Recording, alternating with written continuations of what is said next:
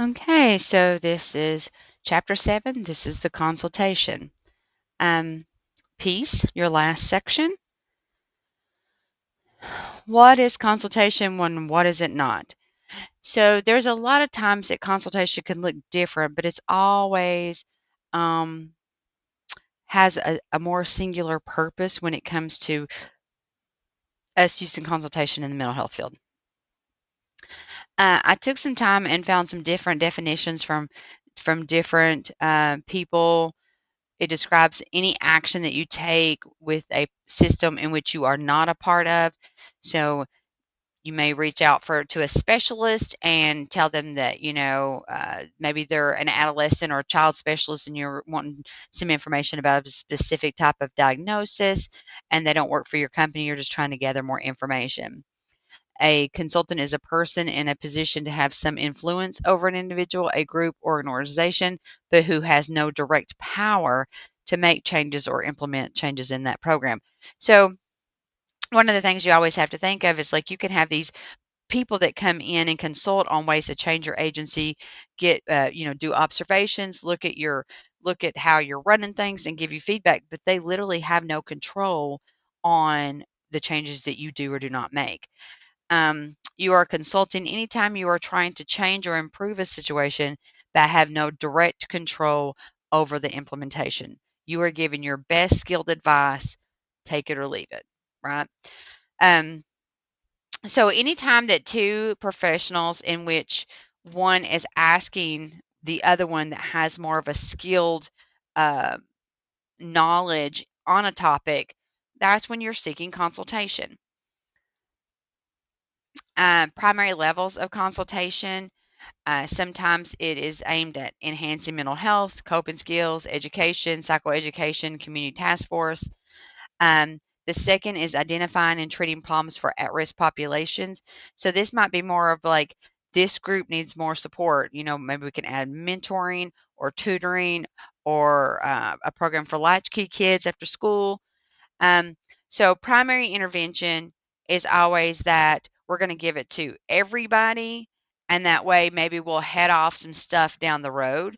Where secondary interventions are the type of interventions where you actually identify people that need help. Um, and the tertiary, the third level of types of interventions are the ones that are providing treatment to a specific population that is really already got the issue. So, like individual disabilities, like there's a lot of treatment programs, day programs, greenhouses, things like that. So, those individuals have already, we know that they need that support, and therefore there's specific treatments for people that need more support.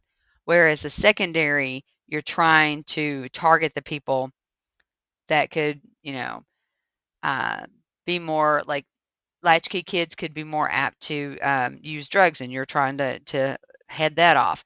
Whereas the primary is like Head Start, like everybody can go get the same information. If you remember being in school, they would have people come and everybody would go to the gym. Those are primary interventions. So when you think about these levels of intervention, you seek different types of consulting at these different levels. It could be an individual thing that you are considering. It could be a community. It could be about a specific population. Here's another way that it kind of shows how those go up from the individual to all the way up to policies. Like somebody sees something that needs, they get some information about it, they try to start getting more organizational and community support until they can actually make policies to make a healthy change or supportive change. There's a couple different models and levels of consultation. Kaplan focused on 4. This is the one about your discussion board, okay? This is it. So I'm going to go over it in more detail because this is the one you got to write about. But Kaplan, his 4 points on consultation was it helped to prevent mental health illness and promote mental health. Um, he thought coordination in a non-hierarchical way, like I'm going to tell you with my best information that I have and what the research says. Here it is. So I don't have any control over you. Um, he wanted 4 specific ways, and this is part of your discussion board. He wanted 4 specific ways in which you would consult. You can consulted in a client-centered way, a consultee-centered way, a program-centered administrative way, or a consultee-centered administrative way. I'm going to go over them, I promise. Just stay with me. He placed the focus on the individual and the environment to promote change. Think about that. Place the focus on the individual and the environment to promote change. It's kind of powerful. He really felt that, okay? And this is, let me see if I can turn it.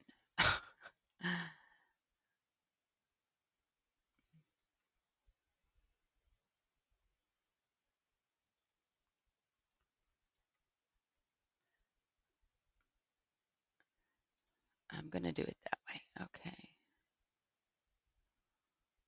I don't know why that wants to turn that way, and it's probably like that in your PowerPoint too. I apologize for that.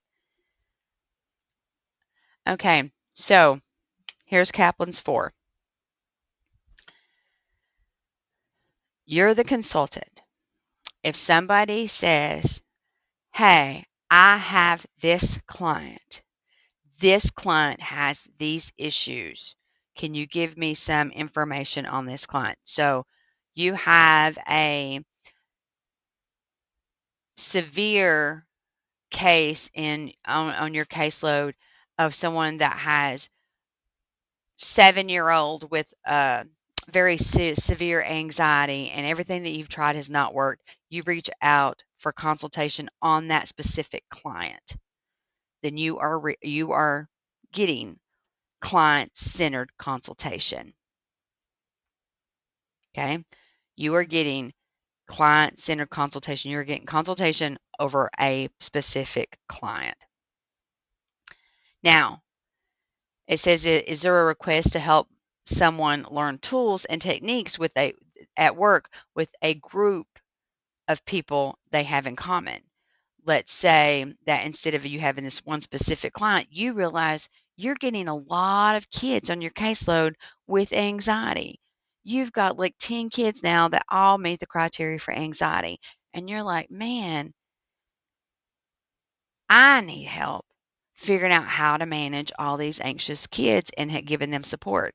You reach out for help. You are reaching out for you, the consultee centered, and that consultation, the consultant gives you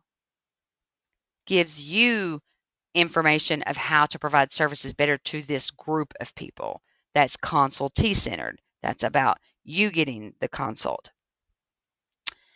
Now, let's say you're working at work and they realize that there is an influx because of natural disasters, the political environment, something happening in the community, whatever the reason. You realize that your staff is not well trained with crisis services. And so you're working with all these people, and you realize that there's a lot of panic when people are just not doing well with crisis services. And so you, as a leader in your agency, in your organization, you asked a consultant to come in and work with all of the outpatient therapists, that whole program, to build their crisis abilities, to be able to serve crisis programs better, to be able to feel more confident in what they're delivering. Then you have delivered that to a whole program centered. And then let me move myself out of the way over here. Okay.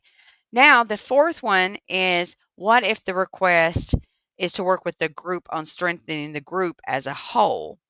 So this is consultee-centered administrative consultation. Is there a request to work with a group on strengthening the group of the whole? So what if instead of working with just the outpatient staff on crisis, you had the whole organization team come in and learn motivational interviewing, whether it's a receptionist, whether it's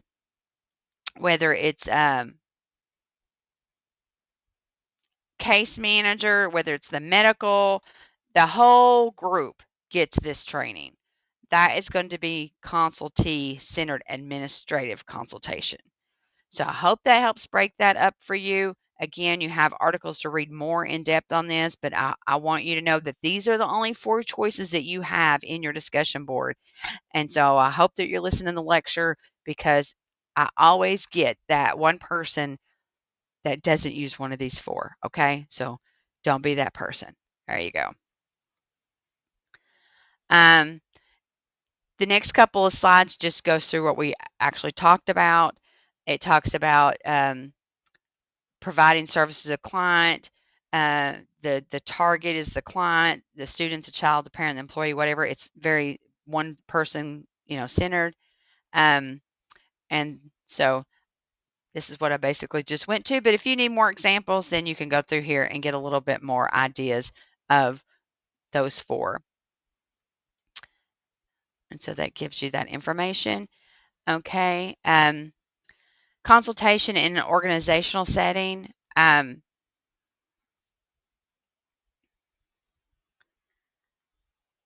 Sometimes the organization itself needs revamped, right? We need to do things better. In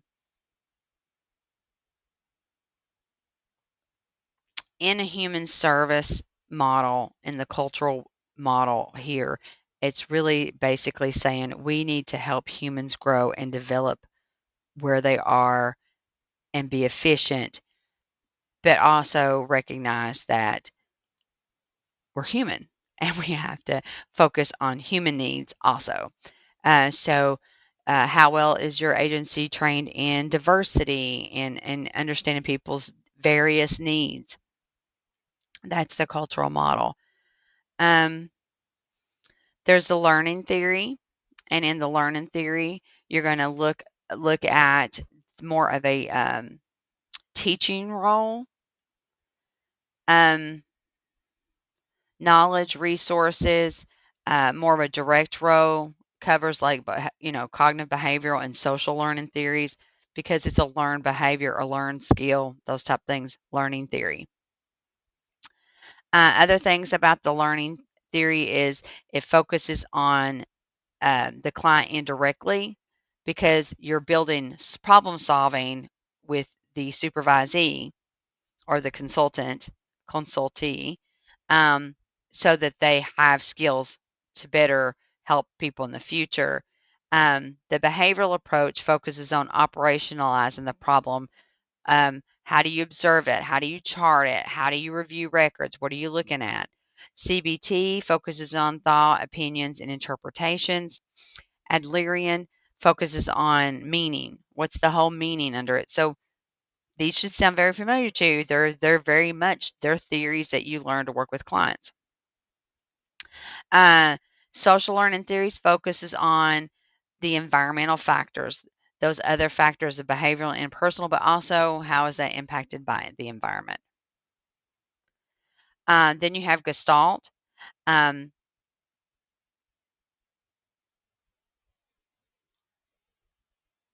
it says recognizes that every interaction overlaps with others, and that the first step is to identify the impact within the fact that consultation was received. Whoops.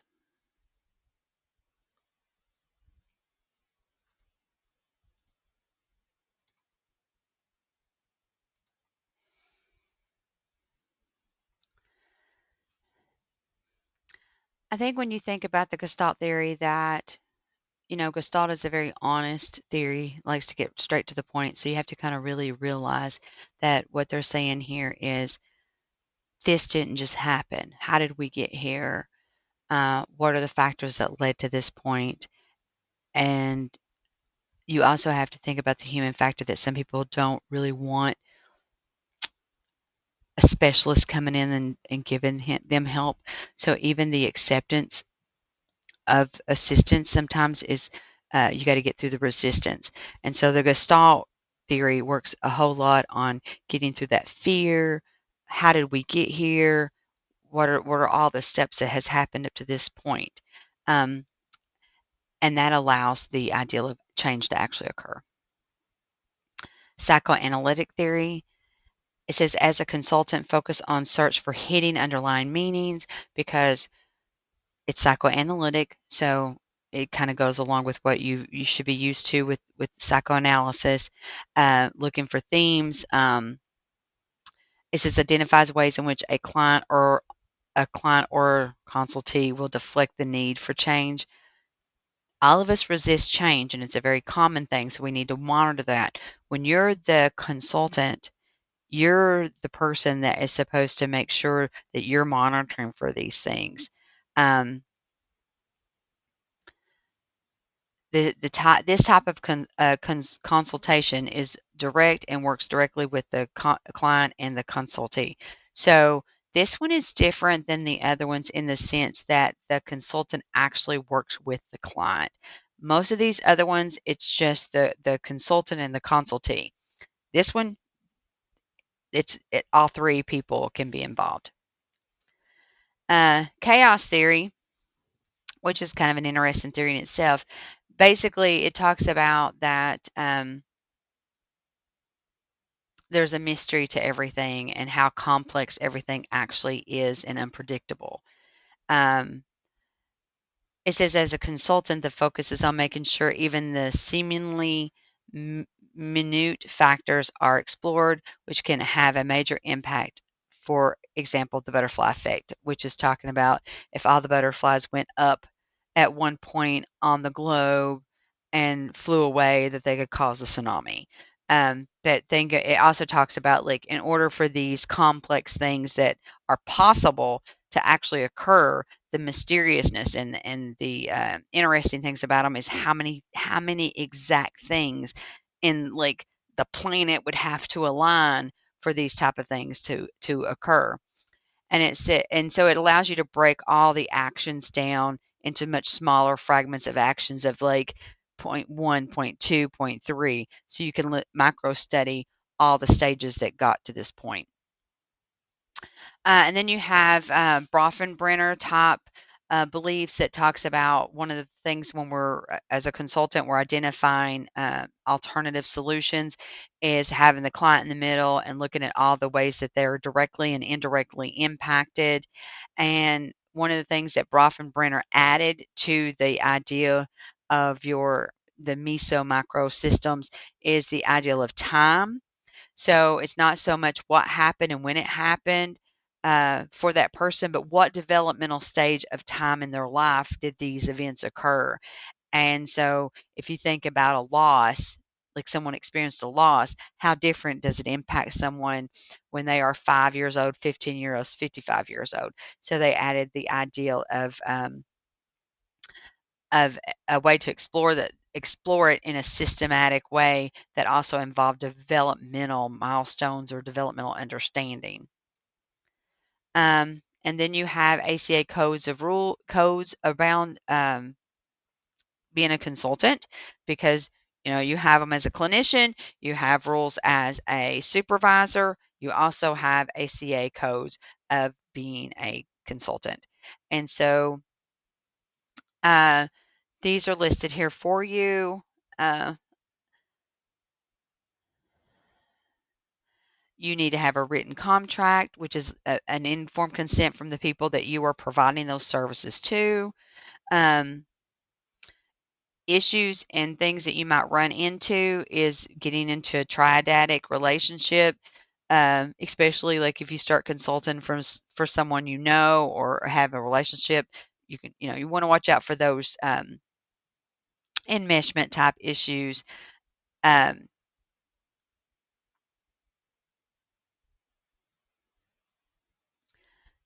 if your style of consulting is to observe the client, it talks about like ways to try to mitigate any or too much interaction with people.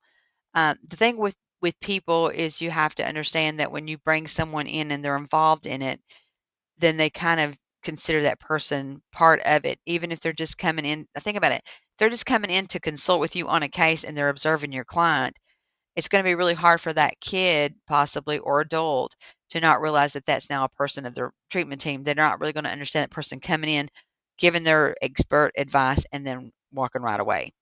That's sometimes not an easy concept. So, how you interact with someone or the level that you interact with someone, you need to monitor that. Um, Make sure that anytime that you're going to be a consultant, that there's released a sign that the people know that you are going to be a consultant, that you actually know the information that you have, like why am I here? What is the goals? And however you provide a consultation, that is a very important part of how you're going to provide it, and that everybody's well informed. Um, if you're seeking consultation for something, uh, it's really important. You're the person providing services to this client. And so you need to know, like, what are the problems? How do we get here? What have we tried? What is the history?